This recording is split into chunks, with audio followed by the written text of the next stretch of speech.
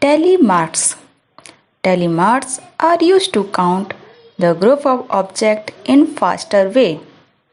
Tally marks are strokes. But in order to count the number of things in group of 5, let's learn how to represent tally marks for numbers 1 to 15.